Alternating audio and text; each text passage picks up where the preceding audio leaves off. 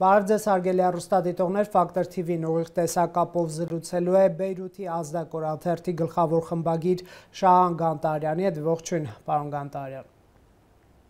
Ողջույն։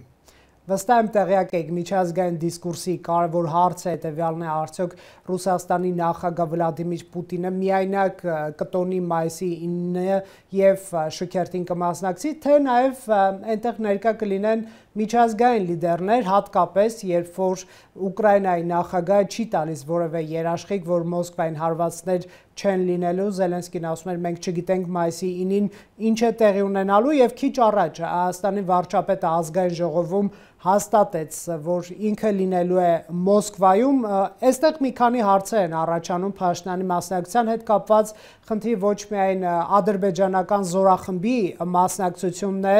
այդ շքերթին, այլ նաև օրինակ այն, որ միջազգային 4 ռուսական օդանավականներ այսօր ժամանակավորապես դադարեցրել են թռիչքներ ուկրաինական անօդաչուների հարձակումների պատճառով, կա նաև արևմուտք Ռուսաստան մեծ լարվածություն, հատկապես եվրոպական երկրների կողմից, որոնք կոչ են անում չմասնակցել այդ շքերթին, ձեր կարծիքով ինչպիսի դրական կամ բացասական հետևանքներ կարող է ունենալ Հայաստանի վարչապետի մասնակցությունը։ Այո, բավական բարդ իրավիճակ է, որտեղ սա կապված է ընդհանուր աշխարհակահաղականության եւ հատկապես հավաքական արևմուտքի կողմից Ռուսաստանի Դաշնության թեմ իրարվող քաղաքականության եւ այստեղ իհարկե երանգային տարբերություններ կան, որովհետեւ Միացյալ Նահանգներից հնչող, Վաշինգտոնից հնչող ապալարվածության այս հանգրվանին այս ձևակերպումը կարող ենք տալ ոչ մերձեցում, ոչ բանակցություն, դեկլարատիվ առումով ապալարվածության, որոշակի հորդորներ Ուկրաինային, որտեղ ի վերջո նաև գիտեք,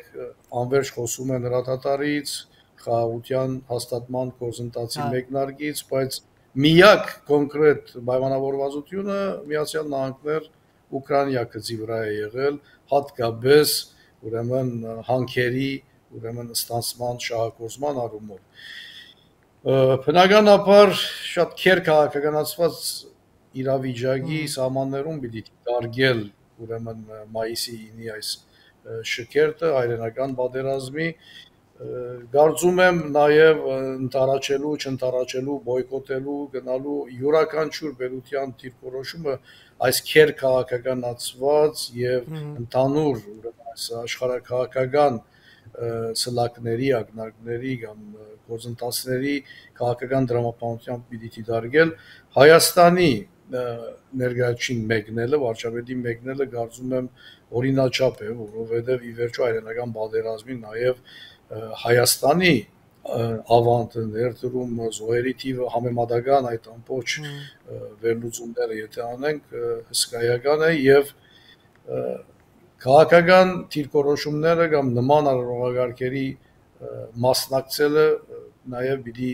ուրեմն բաժանել իրարից եւ թերևս ռուսական կորձոնի աստեցությունը դարաշրջանում Հայաստանում այդ բոլոր անկամանքները նկատի պետք է ունենալ։ Այո, մենք գիտենք Ռուսաստանի ներկա վերնախավի համար ինչքան կարևոր է մայիսի 9-ի շքերթը, նրանք ուզում են միջազգային էկրաններին երևալ ոչ միայնակ, որովհետև արևմուտքը հատկապես Եվրոպական միությունը այսօր վարում է Ռուսաստանի մեկուսացման քաղաքականություն եւ Ռուսաստանն էլ խնդիր ունի ցույց տալու, որ միայնակ չի եւ տարբեր երկրների լիդերներ մասնակցում են այդ հավաքին, իսկ եթե նայենք Հայաստան, օրինակ Եվրամիություն հարաբերությունների տեսանկյունից, արդյոք Փաշինյանի մեկնելը այսպես բացասական որոշակի երանգ, լարվածություն չի առաջացնի, թե եթե նույնիսկ առաջացնում է, դուք կարծում եք, որ Հայաստանի շահերից է բխում այդ մեկնելը եւ որն է Հայաստանի շահը, եթե այդպես է։ Նախ ասեմ, որ չեմ կարծում, որ հետևանք կունենա Փաշինյանի Մոսկվա մեկնելը եվրոպական հարթության վրա, բայց դուք ճիշտ նշեցիք, որ Մոսկվան լիարժեք օգտագործում է այս առիթը իր ապամեկուսացման միտումներ դրսևորելու եւ համաշխարհային լրատվական բաստարներին վրա երևալու իբրև ոչ մեկուսացված երկիր։ Բայց նաև առընթեր նկատենք, որ եվրոպական որոշ կենտրոններ, քաղաքներ այս տարի հավելյալ ուրեմն դարողություն են փորձում ներդրել ուրեմն մայիսի 9-ին եւ դարբեր եվրոպական քաղաքներում եւս հավելյալ դարողունակությամբ են կազմակերպվում, գոնե երևույթ այդպես է այս արարողության, այս խորհրդանիշ թվականին ի հագագշիր Մոսկվայի առանձին, այսինքն հագագշիր զուգահեռ միջավայրերում նշվում է հայրենական պատերազմի այս խորհրդանիշ թվականը եւ սա եւս կարծում եմ պետք է ընկալել Եվրոպա, Եվրոմիություն, Ռուսաստան այս բառանացկման ընդհանուր աշխարհակահաղականության, քաղաքական դրամապանության սահմաններում։ Իսկ պարոն Գանտարյան, դուք ինչով եք պայմանավորում ադրբեջանական զորախմբի մասնակցությունը, նրանք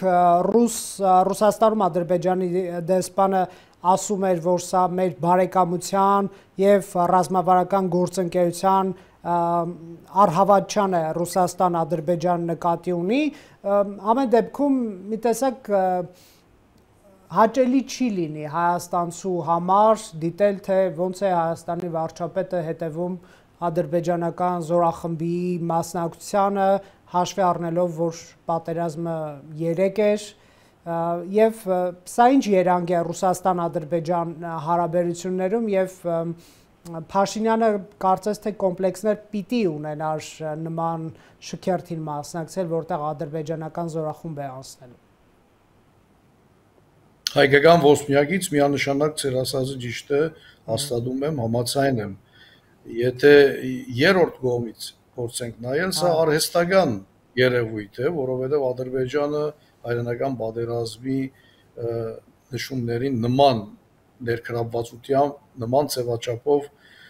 որևէ մասնակցություն չէր ունեցել, չնայած Ադրբեջանի ներդրումը ընդհանրապես հայրենական պատերազմի այդ թվականներին որևէ նշանակություն չի ունեցել, երևույթ նման չի եղել ընդհանրապես, ասում եմ, ուրեմն սա եւս քաղաքական ակտ է, քաղաքական քայլ է եւ ինչը ցույցիչ է Մոսկվա-Բաքու խորացիալ ռազմավարական համագործակցության, որ շատ օբյեկտիվ հայացքով երևում է։ Ուրեմն բացի հայկական ոսպնյակից, որի նկատմամբ ծեր նկատառումին համաձայն եմ, ընդհանրապես օբյեկտիվ հայացքով եւս արհեստական երևույթ է, սա զուտ քաղաքական խնդիր է եւ ցուցիչ է, ցուցանիշ է Բաքու, Մոսկվա հետսեդե ավելի խորացող ռազմավարական համագործակցության, ընդ որում տարբեր ոլորտներում։ Շատ լավ, դուք կառանձնացնեք այդտեղ ինչպիսի հետևանքներ է ունեցել Բաքու-Մոսկվա համագործակցությունը Հայաստանի համար, հայաստանյան ներքին դաշտում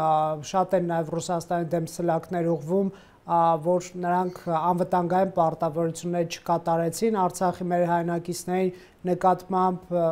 Հայաստանի տարածքների օկուպացիաների փաստը Ռուսաստանը չճանաչեց, առավել եւս աջակցություն ցույց չտվեց, ինչ եք մտածում այս իմաստով։ Նման փաստերը շատ են, որտեղ ընդհանրապես հրաթաթարի համաձայնությամբ նոյեմբերյան Ռուսաստանի խաղաղ զորքերը ստանձնելու էին Արցախի անվտանգության երաշխավորությունը, բայց դեպքերը հետագա ընթացքը ցույց տվեց այն, ինչ որ ստացանք։ Բայց խնդիրը քաղաքական շարժարիտը դրամապանությունը կարծում եմ նաև ընդհանուր տարածաշրջանային քաղաքականության, ես կասեի նույնիսկ աշխարհակահաղականության դրամապանության սահմաններում պիտի փորձել դիտարկել այն առումով, որ հետսեդե մեկուսացվող, շրջապակվող Ռուսաստանը դնդեսաբես դեպի աշխարհ դուրս գալու եւ ռուսաստանյան էներգիան դարանցիկությամբ, միջնորդավորվածությամբ Ադրբեջանի ուրեմն միջազգային շուկա դուրս բերելու իրեն համար այդ գենսաճանապարհ էր Ադրբեջանը, որի դիմաց Ադրբեջանը նաև ստացավ իր ուզածները, սա շատ հագից, շատ ամփոփ բանացվելու համար Ռուսաստանի շահերից էր բխում նաև Ադրբեջանի հետ համագործակցության նոր հանգրվան թևագողելու եւ այդ հանգրվանը հետսեդե ավելի խորացնելու ընդհանուր կարծում եմ խորակիրը սա է մնացյալը փոխում է այս ընդհանուր գործարքների հետևանքներից նույնը նաեւ Ռուսաստան-Թուրքիա ավելի մեծ հաշվով համագործակցության, որը իդեպ ասեմ դարբեր վայրիվերումների է ենթարկվում, ընդ որում ոչ միայն Հարավային Կովկասում, այլ նաև Միջին Արևելյան տարածաշրջանում, որի ականատեսն ենք մենք։ Մենք անպայման Միջին Արևելքից կխոսենք եւ Լիբանանից, որտեղ այժմ գտնվում եք, բայց պարոն Գանտարյան, եւ ինձ հետաքրքիր է ձեր դիտարկումը Հայաստան-Ռուսաստան հարաբերությունների ներկա ընթացքի վերաբերյալ Նիկոլ Փաշինյանի կողմնակիցներ, թիմակիցները, չասեմ կողմնակիցներ, ասենք ազգային ժողովի նախագահ Ռուսաստանին 1-2 օր առաջ մեղադրում էր հիբրիդային պատերազմ վարելու մեջ Հայաստանի դեմ, մյուս թիմակիցը Արսեն Թորոսյանը ասում է Մոսկվայից փորձում են համակարգված ազդել 26-ի խորհրդանական ընտրությունների արդյունքների վրա, մեկ այլ թիմակից մեղադրում էր Ռոբերտ Քոչարյանին աջակցելու ծրագրերի մեջ, սա ներքաղաքական կոնտեքստն է, բայց միաժամանակ վարչապետը գնում է մասնակցելու մի պետության շքերթին, որը հիբրիդային պատերազմ է վարում Հայաստանի դեմ։ Այ դուք ինչպես եք սա հասկանում, այս մեղադրանքների ֆոնին Փաշինյանի մասնակցությունը։ Այո, պաշտոնական ներկայացուցիչների հնչեցրած հայտարարություններում եւ առած քայլերում հակասություններ կան։ Ես փորձեմ շատ ամփոփ ներկայացնել իմ տեսակետը, որ նման ուրեմն ճշտամանք հրահրող կամ քրքրիչ հայտարարությունները չեն փոխելու Հայաստանի շահերից, որքան էլ ընկալենք հասկանանք, որ Ռուսաստանի Դաշնությունը իր շահերից մեկնած Թուրքիայի հետ խորացրել է իր հարաբերությունները, Ադրբեջանի հետ հատկապես ռազմավարական համագործակցությունը, քիչ առաջ մենք նշեցինք որոշակի փաստերի մասին, այս բոլորը հասկանալով հանդերձ Հայաստանի այսօրվա իրավիճակը, դիրք, բադեդևանքները հաղթահարելու ընդհանուր միտումները, որոնք դրսևորվում են այս բարունակում, հատկապես դեռևս տարածաշրջանում որոշակի արգայություն ունեցող, աստեցություն ունեցող եւ էներգետիկ, եւ տրանսպորտային, եւ ռազմավարական նշանակություն ունեցող օբյեկտների վրա հստակ աստեցություն, տնտեսություն եւ այլն, այդ բոլորը երբ արգա են, քաղաքականորեն շատ ընկալելի չի լինի նման ծայրահեղ հայտարարություններ հնչեցնել։ Իսկ որ ասում եք հակասություն կա, այսինքն մեղադրել հիբրիդային պատերազմի մեջ եւ գնալ հիբրիդային պատերազմ իրականացնող երկրի շքերթին մասնակցել, ինչ քաղաքական հաշվարկ կարող է լինել, ինչ եք մտածում։ Հակասությունը բարձ է, որովհետև մեկ հայտարարությունը անող ազգային ժողովի նախագահն է, մյուսը Հայաստանի Հանրապետության վարչապետն է։ Ուրեմն նման հակասություններ նույն ուրեմն գործող մեծամասնության ներկայացուցիչների առաջին դեմքերի միջև կարծում եմ քաղաքականորեն օրինաչափ չէ առնվազն։ Ես քիչ առաջ ասեցի, որ գնալը օրինաչափ էր, որովհետև այս բոլոր հանգամանքները, որ քիչ առաջ նշեցի, պետք է անպայման նկատի ունենալ նման հրավեր ընդառաջելու դեպքում։ Շատ լավ, այսօր Հայաստան-Ադրբեջան հարաբերությունների ընթացքը ինչպես եք դուք գնահատում։ Այստեղ իհարկե ծայրահեղական են մոտեցումները,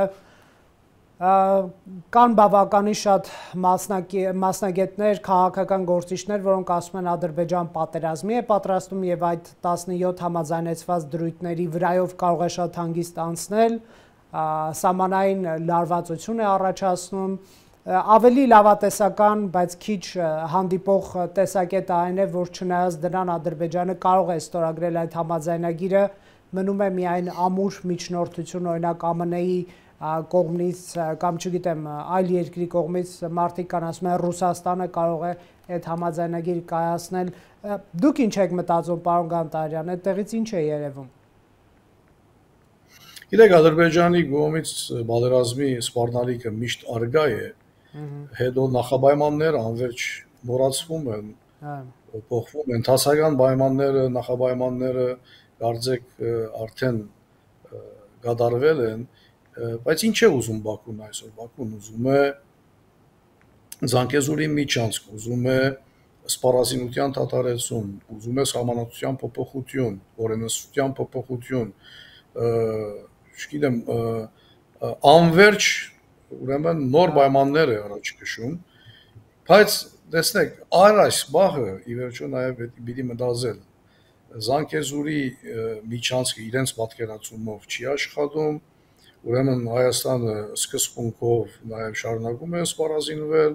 փորձել նաև դիվերսիֆիկացնել ուրեմն իր անվտանգային եւ այեցագարկը եւ խնդիրները եւ ուղիները այս բախը կոնե հագարակ հայդարարություններին սահմանադրությունը չի փոխվել կամ այսինքն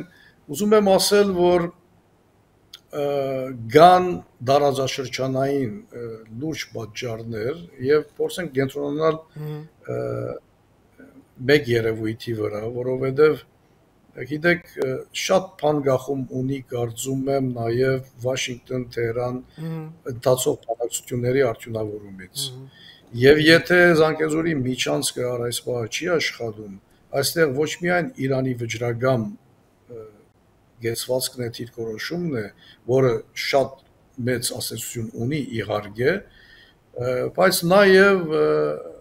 չեմ կարծում, որ դարբեր է նաև Միացյալ Նահանգների կամ Արևմուտքի մոտեցումը, որովհետև այս եթե Իրան եւ Միացյալ Նահանգներ բանակցությունները արդյունավորվեն եւ Իրանը շարունակե պահանջել միջուկային զենքի հրաժարումի դիմաց ամբողջական աբաշրջապագում առաջին հերթին տնտեսական Իրանի ելքը թեպի արևմուտք անցնելու է առաջին հերթին Հայաստանով, Հայաստան, Վրաստան, Սևձով, Եվրոպա, արևմուտք եւ հակառակողությամբ թեպի Իրան։ Ուրեմն Իրանի համար կարծում եմ առաջի սահմանագետը Սյունիքը շարունակում է մնալ իր կենսաճանապարհի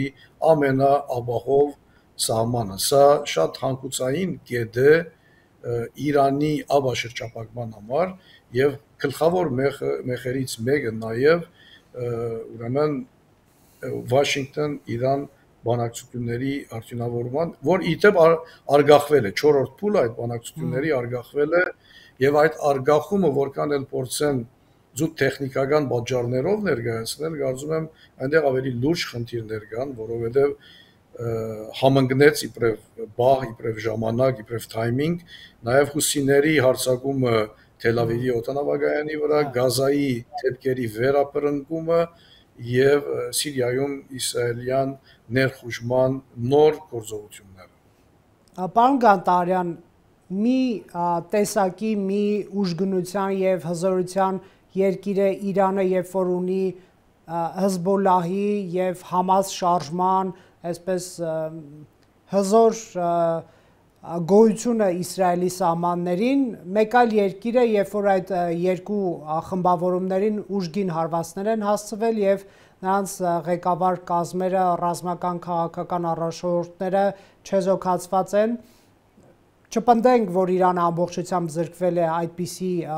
գործիքներ, բայց հզոր հարված է հասցվել նրանց եւ այդ Եմենի հութիներն են, որ այս պահին դեռևս որպես այդպիսին գոյություն ունեն եւ Իսրայելին այդ հարվածները վերջին օրերին հասնում են նրանցից, այսինքն ավելի ագրեսիվ են նրանք եւ տեսնում ենք նաեւ Միացյալ Նահանգների հարվածները Եմենի հութիներին նրանց չեզոքացնելու նպատակով այդ Իրանի նշաձողը Մերձավոր Արևելքում շարունակում է մնալ բարձր, որովհետև երբ որ լսում ենք տարբեր պաշտոնյաների, նրանք ընդհուպ Իսրայելի ոչնչացման մասին է խոսում, բայց Իսրայելն է այսօր կարծես ոչնչացնում Իրանի տարբեր գործիքակազմերին իր շուրջ տեղակայված։ Իրանի ուրեմն նշացողը բավական իջել է, որովհետև իրանյան պրոքսիները տարածաշրջանում եւ Լիբանանում եւ ուրեմն Գազայում Լիբանանի դեպքում Հեզբոլլայի ուրեմն ստացած հարվածներով, Գազայի մեջ Համասի չեզոքացման դեռևս ընթացող գործողություններով, առավել եւս Սիրիայում, որտեղ նախորդ վարչակարգը պիտի ընդունենք, որ հիմնականում երկու հենասյուների վրա էր կանգնած, առաջինը Ռուսաստանի Դաշնության, երկրորդը Իրանյան։ Երկուսն էլ +6-ին։ Բավական ծանր հարվածը ստացան։ Մնացել է հութիների ուրեմն կեդը, պրոքսի կեդը, որտեղից հարվածներ են հիմա նաև օդային շրջապատման գործողություններ Իսրայելի դեմ, բայց սա, ինչպես ասեցի, կարծում եմ պայմանավորված է ուրեմն այդ բանակցությունների անկախման հետ։ Գիտեք, Իրանի հենարանները, ռազմահենարանները տարածաշրջանում նույնը չեն։ Թուլացել են, գոտրվել են, չեզոքացվել են, բայց եթե համեմատական վերլուծաբանություն փորձենք անել միջինարևելյան եւ հարավկովկասյան տարածաշրջանում, եթե այստեղ թուլանում են իրանյան հենակետերը, հարավային Կովկասի դեպքում, եթե արդյունավորվի Իրան-Վաշինգտոն բանակցությունները եւ Իրանը սկսվի աբա շրջապակվել, աբա մեկուսացվել, կարծում եմ Իրանի թերը բավական կզորանա նաև տարածաշրջանում, ինչը նաև փոխում է Հայաստանի Հանրապետության շահերից եւ անվտանգային հարցերով, եւ տնտեսական հարցերով, եւ ընդհանրապես շրջանը համեմատաբար թեպի ավելի գայունություն առաջնորդելու առումով։ Խոսենք նաև Թուրքիայի դերակատարման մասին, որը Իսրայելի ներողություն եմ խնդրում, որը Սիրիայի նոր վարչակազմի հետ շատ սերտ հարաբերություններ ունի, որը չեն կարող բնականաբար ասել Ասադի վարչակազմի վերաբերյալ, որի հետ թշնամական են այդ հարաբերությունները, եւ Հայաստանի Հանրապետությունը փորձեց Թուրքիայի տարածքը օգտագործել Սիրիա հումանիտար աջակցություն ուղարկելու նպատակով, այսինքն ակնհայտ էր, որ փորձ է արվում նաև սիրիական նոր կառավարության հետ լեզու գտնել,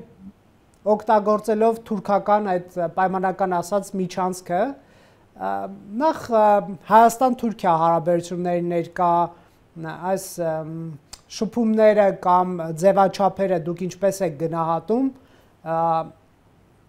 Հայաստանի կառավարության տարբեր ներկայացուցիչների կարող ենք տեսնել Թուրքիայում դիվանագիտական ֆորումի մասնակցելու կամ այսպիսի շփումներ, բայց իհարկե Թուրքիան դեռևս քայլ չի անում եւ սահմանը փակ է պահում։ Նախ Թուրքիայի դերակատարման մասին, այդ մեծացումը դերակատարման եւ կշռի մեծացումը, որ տեսնում ենք տարբեր ռեգիոններում, ինչ է նշանակում, Հայաստանը ինչպես պետք է հարաբերվի այդ նոր իրականության հետ, երբ որ Ռուսաստանը որոշ չափով հետ է քաշվում եւ Թուրքիան է արդեն բավական մեծ դերակատարություն վերցնում թե Սևծովում, թե Մերձավոր Արևելքում, նաև տեսնում ենք Հարավային Կովկասում է փորձում որոշակի ակտիվություն դրսևորել Եվրոպայում, ասում է Էրդողանը, որ առանց Թուրքիայի Եվրոպայի անվտանգությունը անպատկերացնելի է, ինչ կարող եք ասել։ Նախ ուրեմն Երևան-Անկարա երկխոսության գործընթացը Անկարան շարունակում է ամեն ինչ փոխկապակցել, պայմանավորել Երևան-Ադրբեջան, Երևան-Բաքու ուրեմն բանակցությունների արդյունավորմամբ կամ խաղաղության պայմանագրի գնքումին հետ։ Մինչ այդ կան որոշակի պայմանավորվածություններ, ուրեմն երրորդ քաղաքացիների համար սահմանագետը բացելու կամ դիվանագիտական անձանց համար սահմանատուրը բացելու կամ նույնիսկ անիի պատմական գամուրջ վերագառուցելու, բայց այս առումներով եւս որևէ գործնական քայլ չի եղել, չի կայացել հագարակ պայմանավորվածություններին։ Ուրեմն ամբողջ պատետը շարունակում է մնալ փոխկապակցված Բաքվի հետ բանակցություններից։ Բայց երկու առիթով, ինչպես դուք նշեցիք, ուրեմն Մարկարայի սահմանագետից Թուրքիայի վրայով Սիրիա հումանիտար օժանդակություն, դրանից առաջ Թուրքիայի երկրաշարժի հետևանքների աջակցության օժանդակություն ուղարկելու առումով դարձյալ ժամանակավոր բացում նույն Մարկարայի սահմանագետի։ Եվ կներեք, այստեղ կարելի է ավելացնել նաև Պաղեստին պետության ճանաչումը, որը նաև Թուրքիայի, այսպես ասենք, օրակարգերից է միջազգայինի դեպ։ Այո, որին հետևեց նաև Ադրբեջանի ճանաչումը, հակառակ նրան, որ Ադրբեջան-Իսրայել բավական խորացվող ռազմական ոլորտի հատկապես եւ ոչ միայն ռազմական համագործակցություն ավելի հետզհետե խորանում է, բայց կարծում եմ այդ քայլը Բաքուն համաձայնեցրել էր Անկարայի հետ բնականաբար։ Ուրեմն մթնոլորտի ստեղծման առումով, որ սահմանը բանալու նախապատրաստական ենթակառուցվածքների նախապատրաստության ընդհանուր փուլ է, բայց առ այս պահ, ինչպես նշեցի, որևէ պայմանավորվածություն չի աշխատում թերևս, որովհետև Անկարան շարունակում է ամեն ինչ փոխկապակցել Բաքվի հետ բանակցությունների արդյունավորման հետ։ Ինչ կվերապերի Սիրիային, մինչև այս վերջի դեպքերը, այսինքն հատկապես դրուզների թեմ իրականացված այդ չարթերը, զինյալ բախումները եւ այլն ավելի դեկլարատիվ հարթության վրա է լարվածությունը Իսրայելի եւ Թուրքիայի միջեւ։ Անկամ իրար ցեղասպան պետություններ էին որակում, մեղադրում, թադական հայցերի էին դիմում եւ այլն, բայց որևէ կորձընկերություն, որևէ թաշինք, պայմանավորվածություն չէր չեղարկվում, ամեն ինչ հողի վրա նույնն էր մնացել։ Բայց այս վերջի դեպքերը, որովհետև սա միջնորդավորված բախում էր Իսրայելի եւ Թուրքիայի միջեւ, որովհետև Սուրիայի այսօրվա իշխող վարչագահի զինյալ խմբավորումները բախվում էին, որոնք նաև գրում են հովանավորչությունը, աջակցությունը Թուրքիայի անմիջականորեն բախվում էին Իսրայելի կողմից զինված դուրզի համայնքի զինյալ խմբերի հետ։ Այսինքն եւ Թուրքիայի հովանավորած զինյալ խմբավորումները, մյուս կողմից նաև Իսրայելի կողմից հովանավորած զինյալ այլ հասկապանակչության պատկանող խմբերը բախվում էին։ Գիտեք, Թուրքիան դեռևս չի կարողացել ձևավորել, գայացնել իր կողմից առաջադրած անվտանգության կոդին սիրիական տարածքներում, որովհետև քրդական խնդիրը շարունակում է մնալ Թուրքիայի անվտանգության համար առաջին սպառնալիքը։ Իսկ Իսրայելը ուրեմն եւս ուզում է անվտանգության կոդի ձևավորել սիրիական տարածքներում, որոնք նաև ոչ միայն սիրիական տարածքներում, ընդհանրապես Իսրայելի սահմանամերձ շրջաններում եւ ուրեմն անվտանգության կոդու դիմաց անվտանգության կոդի է ստեղծում իհարկե աշխարհակրթական դարբեր միջավայրերում, բայց եթե նկատենք, որ մենք քիչ առաջ խոսեցինք նախորդ վարչագահի Սիրիայի երկու հենասյուների փլուզման մասին, այդ վակյումը, այդ բարաբությունը առաջի հերթին լրացրեց Թուրքիան, հետո Իսրայելը սահմանափակ ներխուժում իրականացնելով սիրիական տարածքներ, հիմա փորձում է այդ ներխուժման աշխարհակրթությունը ընդլայնել։ Ուրեմն սկիզբը երկու պետություն, թե Թուրքիան եւ որոշակի առումով նվազ համեմատությամբ Իսրայելը արիթավորվել էին, նվաստավորվել էին նախորդ վարչագահի փլուզումից, հիմա այդ երկու արիթավորված պետությունների շահերը բախվում են սիրիական տարածքներում։ Այո, Սիրիայի նոր իշխանությունը բավական բարդ իրավիճակում են հայտնվել, նրանք խնդիր ունեն վերացնելու երկրի դեմ կիրառված պատժամիջոցները, անվտանգային հսկայական ռիսկերը կառավարել, վերականգնել պետությունը, եթե կարող են իհարկե, եւ չանել շատ մեծ զիջումներ դրանց հաշվին, այսպես մեղքը բարթելով նախորդ վարչակազմի վրա։ Կարծում եք կստացվի, պարոն Գանտարյան։ Գիտեք, ցնցումները կարծում եմ շարունակվելու են Սիրիայում, որովհետև առ այս պահը Սիրիայի գործող իշխանություններին չի հաջողվել միավորել բոլոր զինյալ խմբավորումները, ստեղծել պաշտոնական կանոնավոր բանակ։ Նաև քաղաքական առումով ճիշտ է, որ ազգային երկխոսության համակումար նախաձեռնեցին գործող իշխանությունները այսօրվան պաշտոնական Դամասկոսը, որին չմասնակցեցին քրդերը, իսկ քրդերի խնդիրը ոչ միայն դեղայնական խնդիր է, ես կարծում եմ նաև ռեգիոնալ տարածաշրջանային, այլև նաև նույնիսկ աշխարհակաղակական, որովհետև Քուրդիստանի հիմնումը, ձևավորումը կարծում եմ շարունակում է մաս նկատվել ընդհանուր Միացյալ Նահանգների արտաքին տարածաշրջանային քաղաքականության որովհետև որքան էլ ասենք Թուրքիա, նաև Իսրայել, Թաշնագից, ռազմավարական գործընկեր, բայց այս ամբողջ ռազմախաղերի կանոնները շարունակում է ճշտել Վաշինգտոնը եւ Վաշինգտոնի կողմից գծված գարմիր գծերը չեն կարող հադել ոչ Իսրայելը, ոչ Թուրքիան։ Ուրեմն այդ գծերից այս կողմ առանց հադելու այդ գծերը պիտի շարունակվեն որոշակի ցնցումներ, բախումներ, турբուլենտ իրավիճակներ, փոթորկոտ իրավիճակներ, մինչև գայունության համար, ներսիրիական գայունության համար, որովհետև չմոռնանք դրուզներից առաջ նաև ալավիների նկատմամբ նման զանգվածային չարտեր, սպանտներ եղել են, դարբեր միջատեբեր, դարբեր աշխարհագրական վայրերում քրդական զինյալ խմբավորումները հագարակ Օջալանի հայտարարությանը շարունակում են ուրեմն աշխատել, գործել, արգա լինել այդ տարածքներում, այս բոլորը չեն գայունանալու, չեն ձևավորվելու, եթե գործող իշխանությունները չունենան մեկ միավորված բանակ, որը բրկացավ իբրև գառույց գետրոնացիկ իր բոլոր հրահանգները ստանալու մեկ կենտրոնից։ Այլապես վերահսկողությունից դուրս նման խմբավորումներ այս կամ այն պետության կողմից հովանավորվող բնականաբար նաև այս կամ այն պետության շահերին ծառայող եւ այդ պետության շահերը փախվեն իրար, այդ շահերի ռազմական փախումների դրսևորումը մենք ականատես կլինենք սիրիական տարածքներում։ Ամփոփենք Լիբանանում իրավիճակով, ես ձեզ շատ անկեղծ կասեմ, երբ որ Հայաստանում էլ ներքաղաքական դիսկուրսներ, ինչ որ բանավեճեր են լինում, զգուշացումներից մեկը այն է, որ հանկարծ չհայտնվենք Լիբանանի վիճակում, երբ որ չկա կենտրոնաձիգ իշխանություն, կան տարբեր խմբեր իրար դեմ պայքարող եւ երկիրը այսպես տնտեսական ճգնաժամի մեջ է,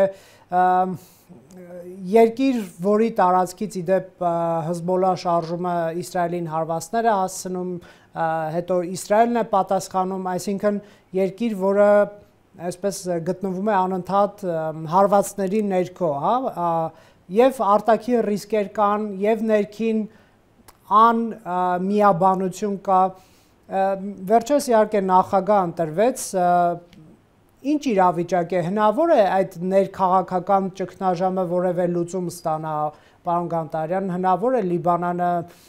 կայունության եւ վերականգնման փուլ մտնի, թե այդ անհամերաշխությունը, քաղաքական տարանջատվածությունը կշարունակվի, լարվածությունը։ Տարանջատվածությունը թերևս գա, որտեղ Լիբանանը ընդհանրապես ցավոք հերագարավարվող երկիր է, դարբեր գլխավոր խաղացողներ տարածաշրջանում իրենց աստեցություններ ունեն եւ քաղաքական, եւ տնտեսական, եւ հասարակական առումներով, ոչ միայն pedagogan դաշտում, համայնքների վրա նաեւ, բայց Լիբանանը թևակողում է նոր շրջապուլ։ Ի վերջո խորհրդարանին հաջողվեց ընտրել նախագահ, հանրապետության նախագահ, նշանակվել է նոր վարչապետ, կազմվել է կառավարություն,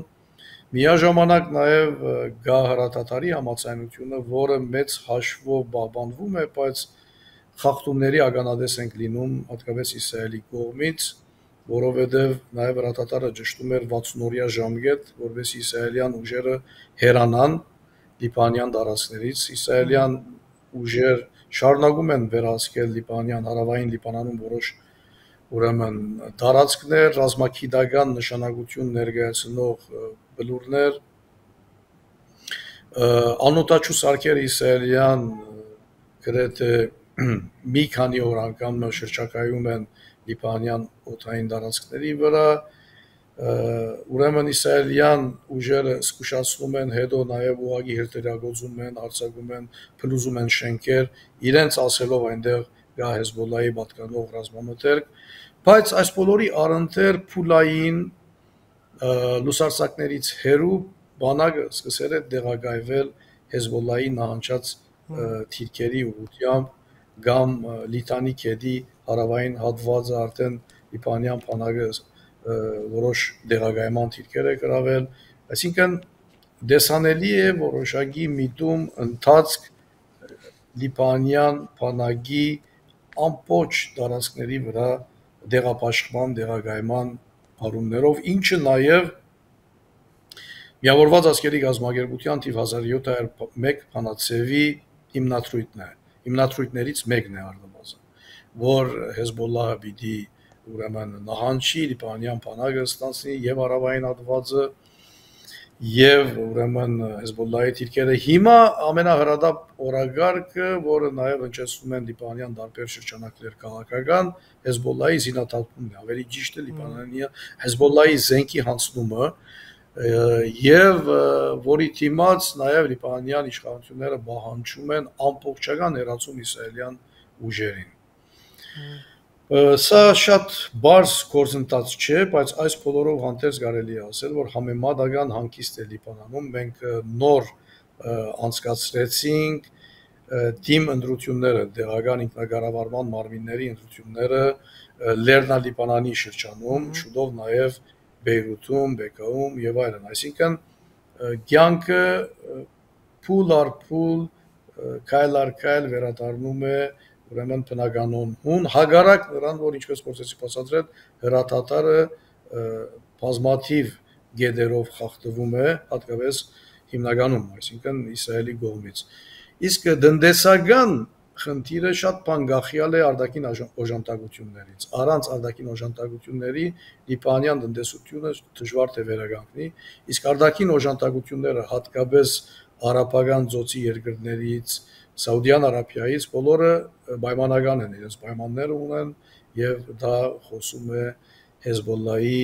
ուրեմն զենքի հանձնման, ուրեմն թիրքերի հանձնման հետ քաշման կամ նման քաղաքական պայմանների հետ։ Բայց ասեմ նաեւ, որ որոշ ցուցանիշեր են սկսել երևալ, օրինակ